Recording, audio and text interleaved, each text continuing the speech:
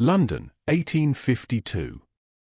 The chandeliers of Thornfield Hall blazed like 100 captive stars, illuminating the grandest gathering of the season. Ladies in silk gowns twirled beneath the watchful eyes of ambitious mothers, while gentlemen in pristine evening attire calculated dowries and connections with the precision of bankers.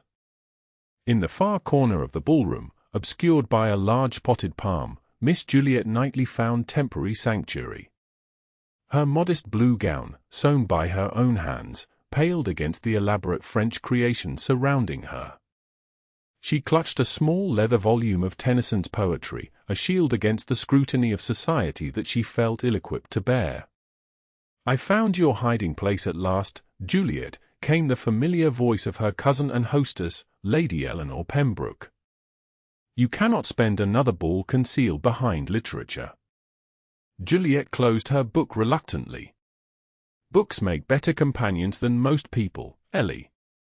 They never judge one for being plain or awkward." "Nonsense.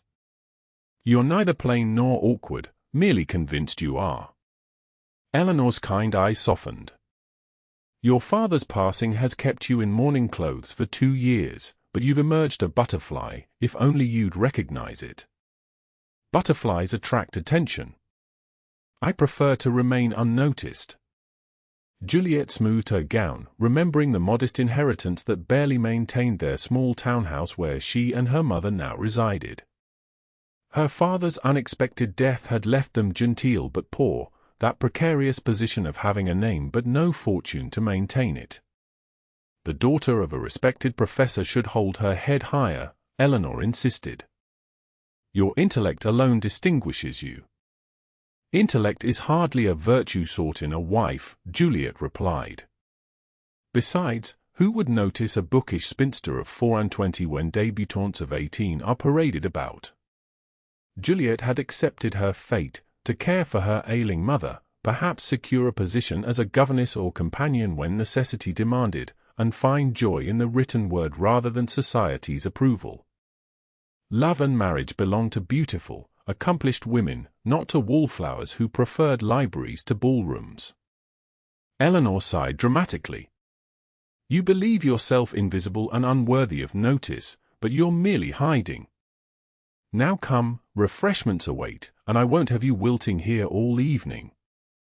Reluctantly surrendering her position, Juliet followed Eleanor through the crowd, keeping her eyes downcast to avoid unwelcome attention. Her strategic navigation through the throng was proceeding admirably until an abrupt collision sent her stumbling forward, her precious volume flying from her grasp. "My profound apologies," came a deep voice as steady hands prevented her fall. Juliet looked up into the most arresting grey eyes she had ever encountered. They belonged to a tall gentleman whose formal attire could not disguise the athletic build beneath. His dark hair was swept back from a face that painters would envy for its classical proportions. With horror, she realized whose arms had caught her. The Earl of Ravenscroft, Lord Rowan Rothbury himself, the most eligible bachelor in London and the subject of endless speculation in drawing-rooms across England. "Lord Ravenscroft," she breathed, immediately attempting to extricate herself from his steadying grip. A curious expression crossed his features. "You have the advantage of me, madam." "Miss Juliet Knightley," she managed, executing a wobbly curtsy. "Forgive my clumsiness." The Earl bent to retrieve her fallen book, examining its spine before returning it. "Tennyson at a ball? An unusual choice of companion, Miss Knightley." "Far better company than most, my lord," she replied automatically, then flushed at her impertinence. Instead of offense, amusement lit his eyes. "Indeed? And what wisdom does the poet offer that these distinguished guests cannot? Truth without pretense. Beauty without vanity. Depth without obligation. You paint a damning portrait of society, Miss Knightley." "I merely observe it, sir. From a safe distance." His lips curved upward. "Like a naturalist studying exotic creatures? How fascinating." He glanced toward the dance floor. Would you consider leaving your observation post for a waltz? For scientific purposes, of course. Juliet's heart hammered against her ribs. I fear I would make a poor subject for your experiment, my lord. I am not accomplished at dancing. Then we shall be poorly accomplished together. He extended his hand. I insist. Before she could formulate another refusal, Juliet found herself guided onto the floor, acutely aware of every pair of eyes following their progress. Whispers fluttered behind fans like startled birds. Everyone is staring, she murmured, mortified. Let them, Lord Ravenscroft replied with magnificent indifference. I've endured their scrutiny since inheriting the title at 19. One develops a certain immunity. As they moved through the steps of the waltz, Juliet struggled to comprehend why this man, pursued by every eligible young woman in London, would single her out. There must be some mistake or, worse, some jest at her expense. You're thinking very loudly, Miss Knightley, he observed. I'm wondering why the Earl of Ravenscroft would choose to dance with someone of no consequence when the cream of society awaits his attention. His expression turned serious. Perhaps I find the cream of society to be rather curdled. Perhaps I'm weary of conversations that never venture beyond the weather and hunting. Or perhaps... His voice lowered. Perhaps I noticed you declining 3 invitations to dance, preferring instead the company of poets. You were watching me. The possibility seemed absurd. I observe more than people realize. His hand at her waist guided her through a turn. For instance, I've noted you speak to servants with genuine kindness. You listen more than you talk. And when you think no one is looking, you smile at small children with unreserved delight. Juliet missed a step, startled by his perception. You mistake ordinary courtesy for something remarkable. In this society? Genuine kindness is revolutionary. The music concluded, and he bowed. Thank you for the dance, Miss Knightley. I hope we might continue our conversation another time. Before she could respond, Lady Harrington, London's most notorious gossip, intercepted them. Lord Ravenscroft. How delightful to see you engaging with new acquaintances. Her eyes slid dismissively over Juliet. Though perhaps Lady Catherine has been searching for you. I believe she mentioned a promised dance. The Earl's expression cooled noticeably. Lady Catherine will survive the disappointment.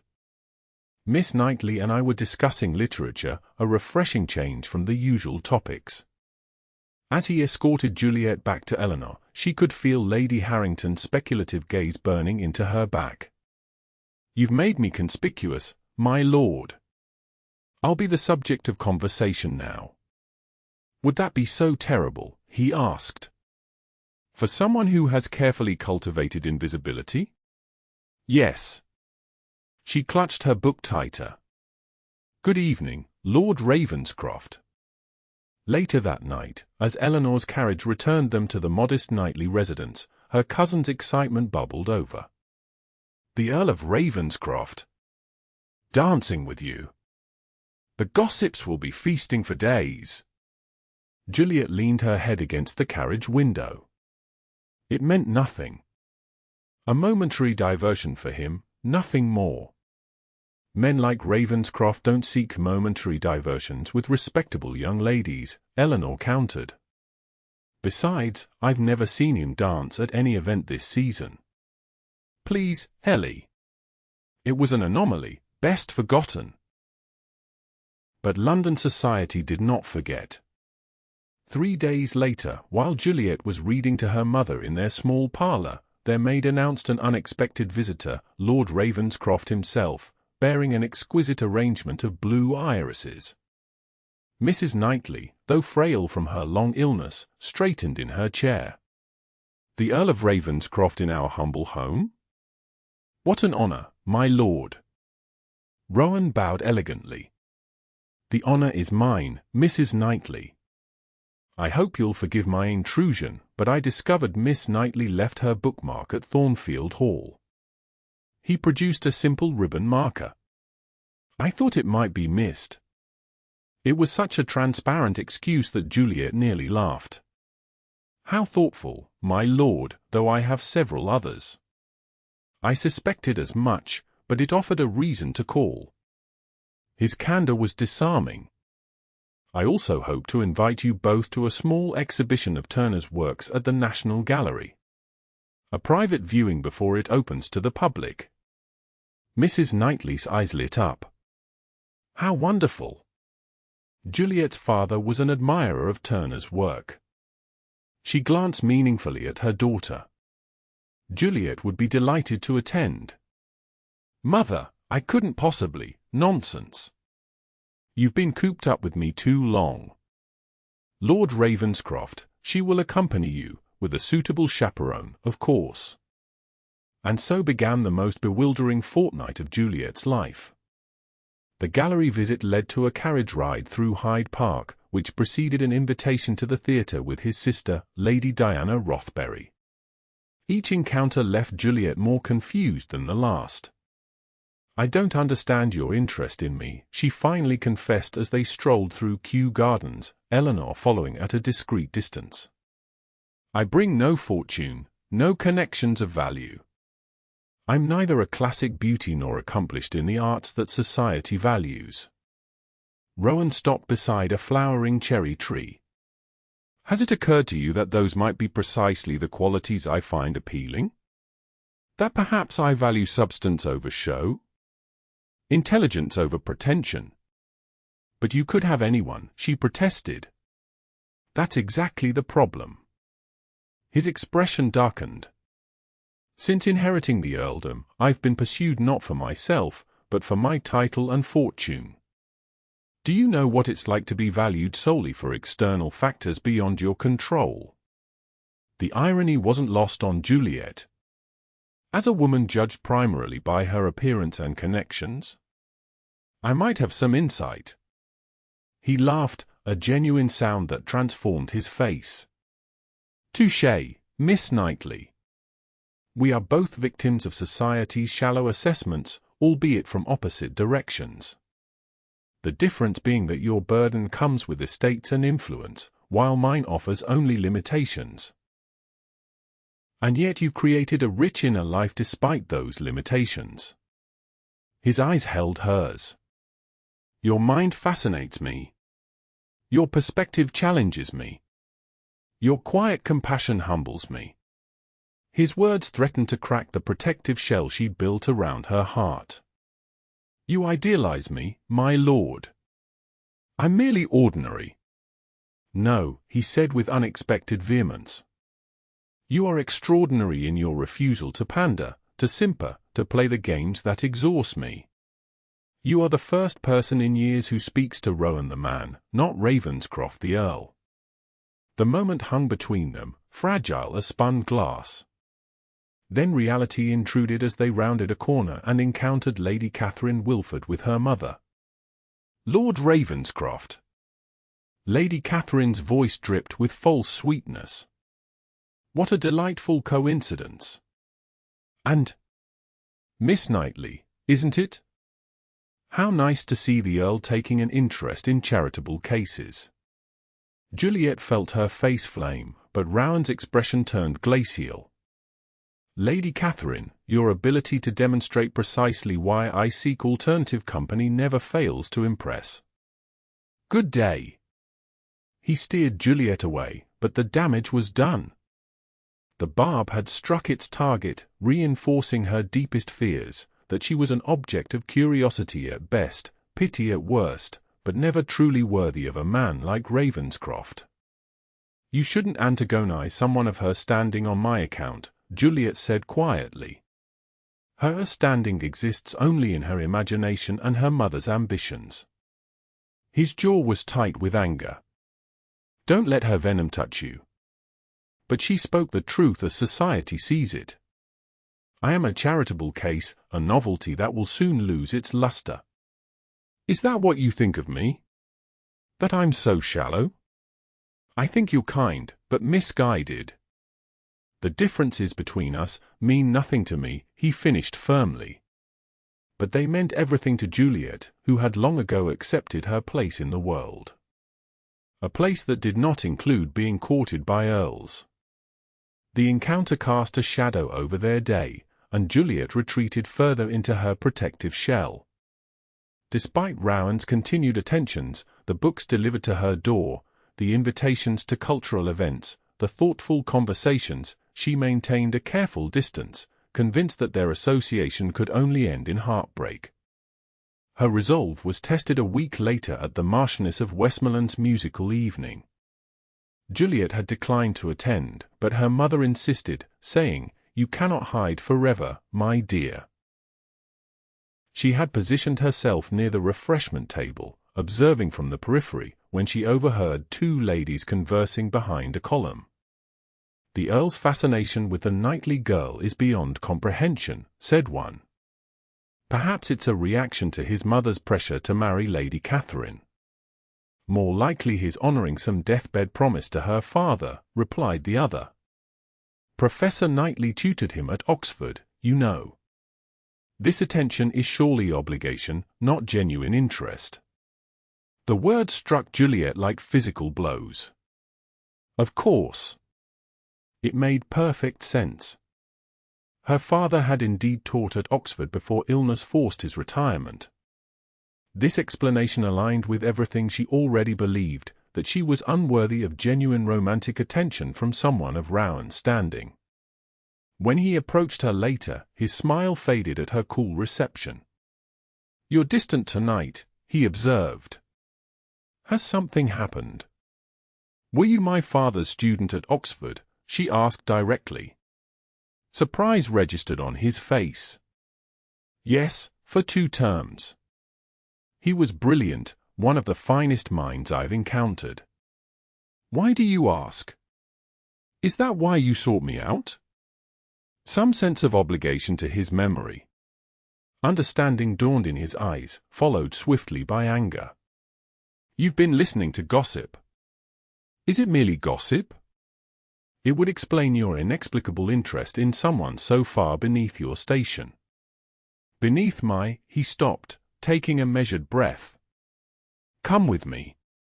He led her to a small antechamber off the main salon, ensuring the door remained open for propriety while affording them some privacy. "I admired your father greatly," he said carefully. "But my interest in you has nothing to do with him. I didn't even make the connection until Lady Eleanor mentioned it after we danced." "Then why?" she pressed.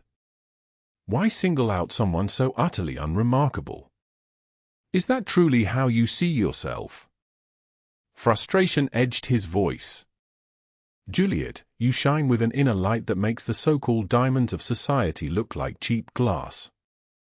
Your intelligence, your compassion, your integrity, these are rarities in my world." "Pretty words, my lord, but we both know they cannot overcome the realities of our positions." His expression hardened. "And what reality is that? That you've decided I'm too shallow to recognize genuine worth? That you've appointed yourself guardian of what I may or may not feel? The reality that I have nothing to offer an earl. No dowry, no connections, no dazzling beauty or accomplishments to justify such a match in society's eyes. I don't give a damn what society thinks." The force of his declaration startled her. "I've spent my entire adult life crushed beneath expectations that were never mine. Performing duties I never sought. Being judged for a title I inherited rather than earned." He stepped closer. "For once, just once, I want to follow my heart rather than my obligation." The vulnerability in his expression nearly undid her. "Your heart deserves better than scandal and ridicule." "My heart deserves truth." "As does yours." His voice softened. "And the truth is, I'm falling in love with you, Juliet Knightley, against all dictates of sense and society." The question is whether you're brave enough to admit you might feel something too. Unable to face the sincerity in his eyes, Juliet fled. The following days passed in a blur of sleepless nights and tearful conversations with her mother, who surprised her by saying, "Your father and I married for love against his family's wishes. They disowned him, but we never regretted our choice for a moment." "That was different," Juliet protested. "Father wasn't an earl with responsibilities to an ancient lineage." "No, but he was heir to a comfortable fortune that he sacrificed for me." Mrs. Knightley took her daughter's hands. "You've built walls around your heart, convinced you're unworthy of happiness. But who decided that worth is measured by dowries and titles?" The question haunted Juliet, especially when Lady Eleanor arrived with shocking news: Lord Ravenscroft has announced his engagement to Lady Catherine Wilford. What? The room seemed to tilt beneath Juliet's feet. It was in this morning's Gazette. The announcement comes from the Wilford family, not the Earl himself, which is peculiar. And after his obvious attention to you. Eleanor frowned. Something isn't right. Despite her resolve to forget him, Juliet found herself at the Rothbury townhouse that afternoon, admitted by a startled butler to the Earl's study where Rowan stood at the window, looking haggard. "Is it true?" she demanded without preamble. He turned, surprise giving way to something like hope. "Juliet! You're here!" "The announcement. Your engagement to Lady Catherine. Is it true?" "No." His response was emphatic. "It's a fabrication by her mother, trying to force my hand. I've already sent a correction to the Gazette." Relief weakened her knees. "Then you're not marrying Lady Catherine?" "God, no." He crossed to her. "But I am curious why you rushed here if you're so convinced we have no future." The question stripped away her last defenses. "Because the thought of you marrying someone else was unbearable," she confessed. "Because despite everything I tell myself, I've fallen in love with you too." The transformation in his expression was like sunrise after the longest night. "Say it again," he whispered. "I love you," she repeated, stronger now. "But I'm still afraid." "Of society's judgment. Of failing you. Of not being enough." "Then let me be strong enough for both of us until you see yourself as I do." He took her hands. "Marry me, Juliet. Not because you're worthy of being a countess, though you are, but because I'm worthy of being loved by you." Before she could answer, the door burst open and Lady Catherine swept in, followed by her mother and Lord Rothbury's solicitor, who looked deeply uncomfortable. "There you are, Rowan," Lady Catherine purred. "And Miss Knightley too, how convenient." Her smile didn't reach her eyes. "I was just explaining to Mr. Simmons how our engagement came about after you compromised me at Lady Westmoreland's musicale." Juliet gasped as Rowan's expression darkened. "What nonsense is this?" Lady Wilford stepped forward. "Several witnesses observed you taking my daughter to a private room that evening. Her reputation is now in question. The honorable course is clear." "We exchanged perhaps 3 words at that event," Rowan said coldly. "And I was with Miss Knightley in that antechamber, as she can attest. How convenient that your current interest would support your story." Lady Wilford's gaze dismissed Juliet. "Society will believe what we tell them to believe." "This is blackmail," Rowan stated flatly. "This is pragmatism," Lady Catherine countered. "You need a suitable wife. I need a husband. Your dalliance with the professor's daughter is an embarrassment to your position." Juliet felt each word like a physical blow, reinforcing every insecurity she'd harbored. Of course Lady Catherine was right, she was an embarrassment, a temporary distraction. "I should go," she whispered, but Rowan's hand tightened on hers. No. The single word contained steel. Mr. Simmons, please note that I categorically reject any claim of engagement to Lady Catherine Wilford. Furthermore, I want it documented that any further false announcements will result in legal action for defamation. Lady Wilford blanched. You cannot mean to throw away a suitable alliance for her. I mean to marry for love, as my father did. As his father did.